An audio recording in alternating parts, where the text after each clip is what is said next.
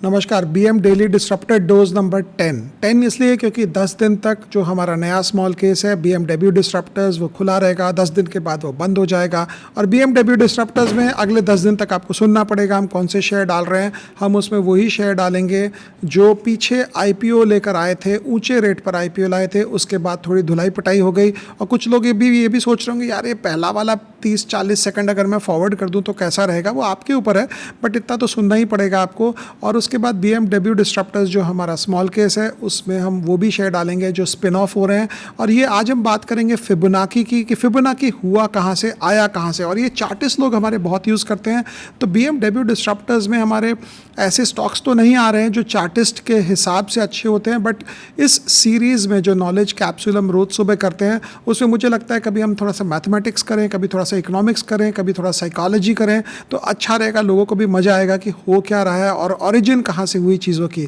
तो आज हम बात करेंगे फिबोनाची की जो 13th सेंचुरी मतलब 1210-1220 के ईयर में स्टार्ट हुआ। और लियोनार्डो पिसानो करके नाम था, वो पीसा से था। पीसा मतलब लीनिंग टावर ऑफ पीसा जो इटली में है, अराउंड दैट एरिया से था। और सबसे बड़ी प्रॉब्लम उस समय दुविधा ये थी कि रोमन लेटर्स और रोमन नंबर्स में कोई फ़र्क नहीं था। जो रोमन नंबर भी लिखे जाते थे वो लेटर्स में ही आते थे। अगर आप 5 लिख रहे हैं तो आप वी लिख रहे हैं, अगर आप 50 लिख रहे हैं, आप 100 लिख रहे हैं तो आप एल सी ये सब यूज़ कर रहे हैं, आप अगर 10 लिख रहे हैं तो आप एक्स लिख रहे हैं। So there was no differentiation between numbering and the letter जैसे वो लिखा जाता था। और इससे सबसे भारी मुश्किल ये हुई थी कि यूनिट 10, 100, थाउजेंड्स को डिस्टिंग्विश करने के लिए कुछ नहीं था। तो ये जो हमारे भैया थे लियोनार्डो पिसानो, इन्होंने उस समय ये सारा आविष्कार किया। फिबोनाची इनको बड़ी मज़ेदार हिसाब से इनको पता चला रैबिट्स कितने बच्चे पैदा कर रहे हैं, कैसे कर रहे हैं, उस सीक्वेंस से इन्होंने फिबोनाची का आविष्कार किया, डिस्कवरी किया। डिस्कवरी बोला जाएगा कि ऑब्जर्व किया, whatever way you might want to call it. But Fibonacci का इंपॉर्टेंस हमारे शेयर बाजार में भी बहुत आता है। कई बार स्टॉक गिरता है तो हम लोग बोलते हैं 0.618 ऑफ द रिट्रेसमेंट, पॉइंट ये 0.5, 1.618 ऑफ द प्रीवियस हाई। ये सब बहुत जितने चार्टिस्ट होते हैं वो लगाते हैं और इसके हिसाब से करते हैं। तो अगर मैं आपको अपना व्यू दूं तो मुझे लगता है ये सब सिर्फ जिसको हम लोग बोलते हैं जागते रहो टाइप होता है। स्टॉक इवेंचुअली वहीं जाता है जहां उसको जाना होता है, जहां उसकी अर्निंग्स वाली गाड़ी निकाल देती है। फिर आप बोलेंगे फिर हमें फिबोनाची पे सीरीज़ क्यों कर रहे हैं, उसके लिए आपको समझना पड़ेगा कि हो क्या रहा था। सो लियोनार्डो पिसानो जो थे, जो बेचारे पीसा से आए थे, वो बहुत अलग अलग जगह घूमे, अल्जीरिया गए वो, वहाँ पे उनको डिस्कवरी ये हुई कि जो अरबिक और हिंदू जो सिस्टम है नंबरिंग का और काउंटिंग का, उससे उनको लगा कि मे बी हम रोमन सिस्टम को इम्प्रूव कर सकते हैं। तो वहाँ से हमने कल भी बात किया था कि कैसे ज़ीरो के आविष्कार के बाद दुनिया में जो ग्रोथ है वो नंबरिंग का, काउंटिंग था, वो बढ़ गया था। तो सिमिलरली उन्होंने ये आविष्कार जब उनको पता चला तो वो सोचे कि ऐसा कुछ हम करते हैं। लेकिन फिबोनाची जब वो लिखे अपनी किताब में, उनकी किताब का नाम कुछ अब्बासी करके था, लाइबर अब्बासी कुछ ऐसे किताब का नाम था। वो किताब में जब उन्होंने लिखा इसको, तो वो किताब में लिखा और वो किताब was written 300 years 400 years before actually printing started. तो वो पेपर में हैंड स्क्रिप्टेड लिखा था, बाद में वो प्रिंटिंग हुई। लेकिन फिबोनाची का जो यूजेज है 500-700 साल तक हुआ नहीं कि फिबोनाची का नंबर हम कहाँ से लाए और कैसे इसका यूजेज हुआ। तो किताब लिखने का मतलब ये था कि उन्होंने सोचा कि मेरे पास जितने थॉट्स हैं मैं सबको एक जगह बैठूं लिखूं। तो उनको ये सबसे बड़ी मुसीबत थी कि यार यूनिट 10, 100 वाला सिस्टम क्यों नहीं हमारा। तो यूनिट 10, 100 वाला सिस्टम उन्होंने इसको ब्रेक किया। फिर उसके बाद उन्होंने सोचा कि मैथमेटिकली हम काफ़ी चीज़ें होते हैं जो मैथमेटिक्स को फाइनेंस के साथ जोड़ सकते हैं। अब आप बोलेंगे मैथ्स और फाइनेंस को कैसे जोड़ा जाएगा। फॉर एग्जांपल प्रॉफिट परसेंटेज, आज हम सारे कंपनी को देखते हैं, हम सबसे पहले बोलते हैं ग्रॉस मार्जिन क्या है, बिट्टा मार्जिन क्या है, प्रॉफिट मार्जिन क्या है, कैश फ्लो पर शेयर क्या है। तो ये जो मार्जिन वाला कंसेप्ट था, जब परसेंटेज मेथड था, ये लियोनार्डो पिसानो जो थे इन्होंने निकाला। इनका नाम ही उस समय फिबोनाची पड़ गया था। वैसे फिबोनाची का मतलब होता है ब्लॉकहेड, जिसको बोलते हैं कि बुड़बक, मतलब बुड़बक बोला जाता है फिबोनाची को।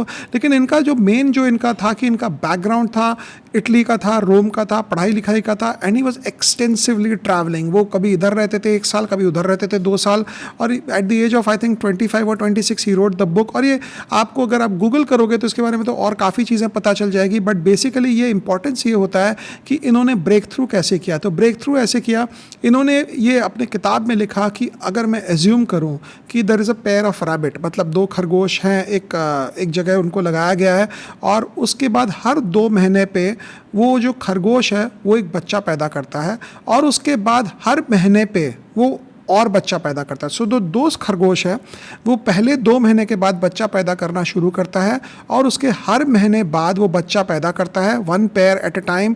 तो और उसके जो बच्चे हैं वो भी 2 महीने के वेटिंग पीरियड के बाद हर महीने बच्चा पैदा करते हैं। तो इन्होंने बोला कि अच्छा अगर ऐसा होगा तो पेयर्स ऑफ रैबिट्स कैसे आएंगे। तो इन्होंने देखा जो पेयर ऑफ रैबिट की जो बात हो रही थी वो एग्जैक्टली फिबोनाची सीरीज़ में आ गई। 1, 3, 5, 8, 8 and 5, 13, 13 and 5, 13 and 8, 21, 21 and 13, 34, 34 and 21, 55। तो इन्होंने देखा ये जो सीरीज़ जो चल रही है बच्चों की रैबिट से ये बिल्कुल फिबोनाची के लेंथ पे आ गई। फिर इनको लगा कि ये टोटल कितने हो रहे हैं, तो पूरे साल में इन्होंने कैलकुलेट किया 233 पेयर्स ऑफ रैबिट्स हो जाएंगे अगर इस सीक्वेंस से चले। तो इनको ये इंट्रीगिंग लगा, तो इन्होंने बोला कि इसके बाद क्या है। तो इन्होंने जब वो जो क्रॉस जो क्रिश्चियंस पहनते हैं उसको इन्होंने देखा कि क्रॉस को अगर मैं देखूँ तो कैसा होता है। तो क्रॉस का बोलते हैं जो ऊपर वाला जो एरिया होता है आफ्टर द क्रॉस वो 61.8% ऑफ द नीचे वाला एरिया होता है। सो क्रॉस जब भी आप देखेंगे ऊपर वाला थोड़ा छोटा होता है, नीचे वाला थोड़ा लंबा होता है।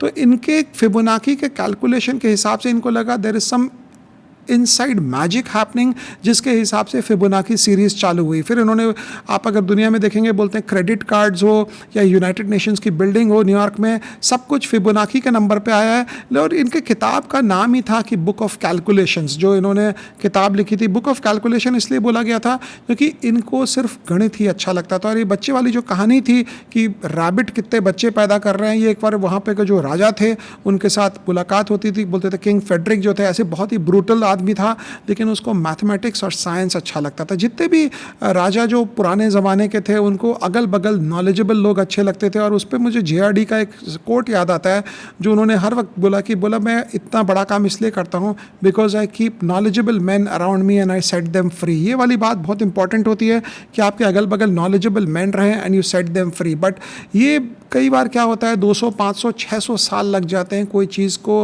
वर्ल्ड रिकग्निशन आने में। तो फिबोनाची का जो रिकग्निशन था ये लियोनार्डो पिसानो जो थे इनसे हुआ चालू और कितने साल लग गए। बोलते 18th 19th सेंचुरी तक आते आते फिर लोग इसको रिकग्नाइज़ किए कि यार ये भी एक ट्रेंड है, ये भी एक सीरीज़ है। और उसके बाद भी बोलते हैं कि जो पेटल्स हैं, फ्लावर के पेटल्स हैं, उसको अगर आप खोलते हैं तो वो भी फिबोनाची के नंबर से चलते हैं। काफ़ी चीज़ें बोलते हैं फिबोनाची पे चलते हैं। किसी ने तो यूनिवर्स का सेटअप को भी फिबोनाची के ऊपर से सेटअप किया है। तो जब ये हेवनली बॉडीज़ का सेटअप जो है ये एक मोमेंटम है मेरे हिसाब से। Fibonacci is a momentum, it tells you when the momentum can break, it tells you when a momentum can change. और इससे ज़्यादा स्टॉक मार्केट में फिबोनाची का यूजेज करना हम लोग करते ज़रूर है, जितने जो चार्टिस्ट देखते हैं फिबोनाची का यूजेज हम लोग करते हैं। बट मेरे को लगता है बियॉन्ड अ पॉइंट इसके ऊपर कंप्लीटली रिलाई करना थोड़ा मुश्किल होगा क्योंकि स्टॉक प्राइसेस जो है वो अर्निंग से मूव करती है, फिबोनाची से नहीं। और ख़ास बात ये थी कि जब ये इंसान ये सब लिख रहे थे इसको लोग बोलते थे बुड़बक, बिकॉज फिबोनाची का मतलब बोलते हैं उस समय बुड़बक होता था, बेवकूफ़ होता था, अंग्रेज़ी में जिसको हम ब्लॉकहेड बोलते हैं। तो नॉर्मली सालों साल बीत जाते हैं, लोगों को रिकग्निशन नहीं मिलता है और लोग जब डेथ होती है उसके बाद उनकी किताबें पड़ी रहती है, उसके बाद लोग समझते हैं, सीखते हैं और उसके ऊपर कुछ निकालते हैं। बट नॉर्मली मुझे लगता है कि ऐसी ऐसी चीज़ें जो होती है जो इंट्रीगिंग होती है कि कैसे चालू हुआ, किसने सोचा होगा सबसे पहले। आप सोचो कोई बैठा बैठा रैबिट्स के बारे में सोच रहा है और उसके बाद वो ब्रेक थ्रू कर गया कि फिबोनाची एक सीरीज़ होती है, एक नंबर होता है और ये नेचुरल प्रोग्रेशन है नंबर्स का कि इस ढंग से ही बढ़ता है। बट एक और ख़ास बात जो थी इसने कैलकुलेशन में किया कि अगर 100 महीनों तक इन रैबिट्स को छोड़ दिया जाए तो करीब 353 मिलियन ट्रिलियन रैबिट्स हो जाएंगे। 353 मिलियन टाइम्स ट्रिलियन होंगे, मतलब वो नंबर आपका आ ही नहीं सकता है आपके गणित में। तो इस ढंग से हो जाता है। And it also tells you the impact of compounding. और कंपाउंडिंग, ये कंपाउंडिंग नहीं, ये मिसाइल बेस्ड कंपाउंडिंग है कि चारों तरफ खरगोश ही खरगोश, बच्चे ही बच्चे, खरगोश ही खरगोश, बच्चे ही बच्चे। तो यहीं तक रखते हैं, कल फिर मुलाकात होगी आपसे।